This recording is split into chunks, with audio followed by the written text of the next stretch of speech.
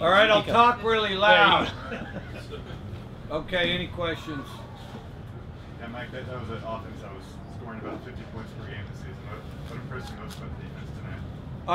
I thought we ran to the ball well. I thought, yeah, we obviously got some turnovers, which helped us because, you know, all their skilled players are very fast guys. I mean, that's heck, they've had one of the highest rated recruiting classes for I don't know how many, 6 years. I'll say it's. I'm probably underestimating that.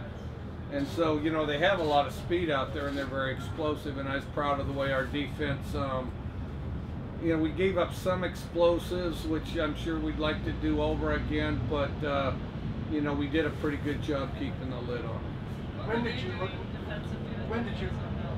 Oh, what's that? What were they doing defensively that kept you guys off balance? They're real fast. You know, if we do something, they reel it in. I didn't think we... You know, offensively, you always have to execute. No matter how good you are on offense, there's always going to be streaks to it. And I think because you got to get everybody on the same page. I thought we started kind of slow, did some good things. We do some explosive things, but we weren't very consistent. We were more consistent the second half, and then of course, a lot of the credit goes to Oregon. I mean, if you get something, they can mitigate it because they're pretty fast, and then. You know, it's just hard to get in a rhythm against them. When did you learn they were going with the freshman QB, and did that affect approach at all, and what did you make of him?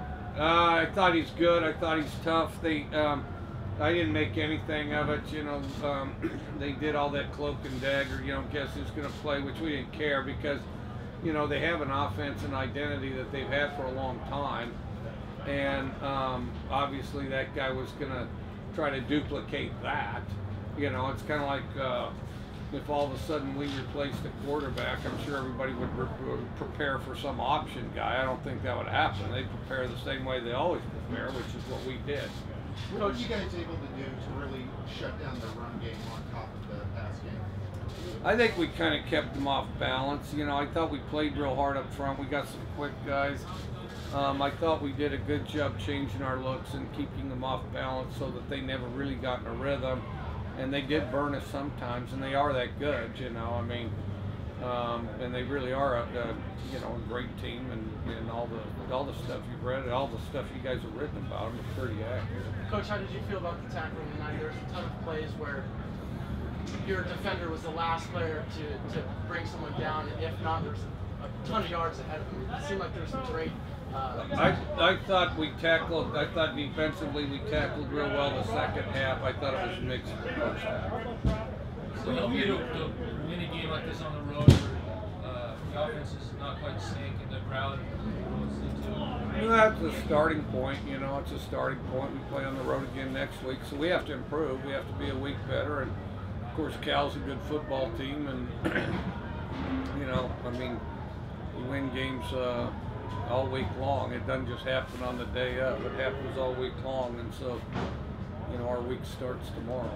Talking about Frankie Louvu's leadership on defense, he's a guy that didn't play a lot last year, but he's come in and guys really look up to him. Well, I think he's really explosive. He's not an incredibly verbal guy, but he's really explosive. You know, it's like once he decides what to do, he really does it full speed. And, you know, will hit people real hard, and I think that's pretty inspiring. When your defense is playing as well as it did, does it affect how you're calling the game offensively? A little bit.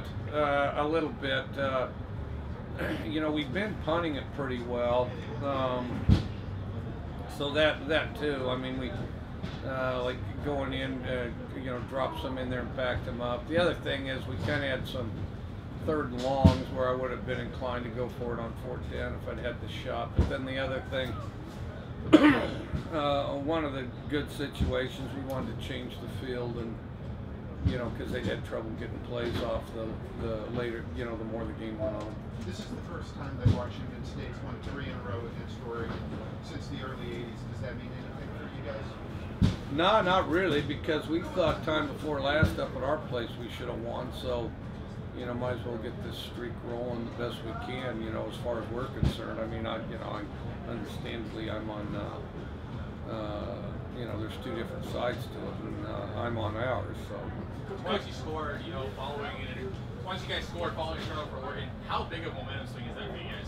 I thought it was big. I thought it was because it was one of those very tight games, you know, in tighter than the score. You know, it was a tighter game than the score. And then, you know, and as explosive as both teams were, I did feel like, you know, something was going to blow it open. I thought, you know, everybody likes all these turning points, and there's a lot of them. But I thought one key one was when Luke hit Isaiah Johnson for that touchdown. Coach, after the first couple drives, you guys sputtered after your first touchdown, and then you guys started opening up with some crossing routes in the middle of the field. Is that an area you felt that you could take advantage of after seeing the first 2 or 3 drives?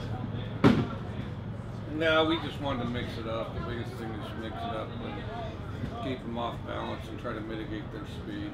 Coach, any hesitation to go into Powell on those type of distances and going forward? Does that decision get a little bit easier knowing that you can hit those? Yeah, definitely, no question. Like, you had a couple of linebackers go out. How significant is it the progress that Jalad has made? And what did you see from Justice Rogers tonight? We didn't have anybody go out. They're doing great. Next question. Mike, for being 6-0, you seem pretty subdued. Your players, where Luke was doing a live interview with Pac-12, your players crashed it, screaming about being undefeated. What's it like right now in the locker room and around town? Well, I mean, that's all great and everything. The difference would be the fact that, you know, we got to play one next week. You know, I mean, you know, if you spend all week enjoying the last one, you probably don't get to enjoy the next one. So.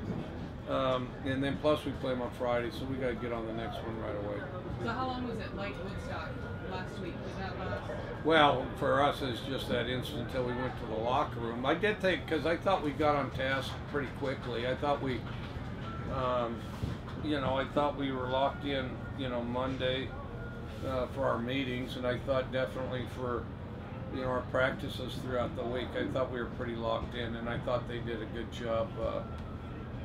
You know, focusing in and doing what they need to do. And I think our locker room has done a pretty good job reinforcing those things. Was this Eric Powell's best game?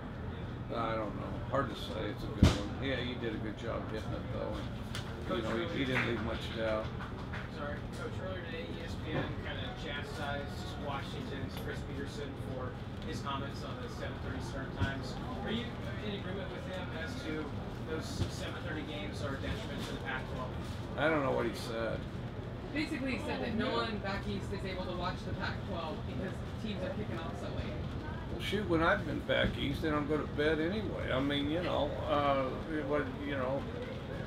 it's that New York's supposed to be the city that never sleeps. That whole area stays open. Heck, they keep all their joints open down there till 4 a.m. I mean, they sound pretty awake to me if they still got business then. Do you think the playoff committee is staying up till 1, 2 in the morning back east all the time? I don't know. Yeah, my thought on that is that whole playoff committee, and I have a lot of respect for some of the people that are on it, but you know, you could solve this whole thing if you had an extended playoff. You know, if all of a sudden we have 16 teams or more, you wouldn't have to worry about it very much. You know, a little bit, but not near to the extent you do now. All right.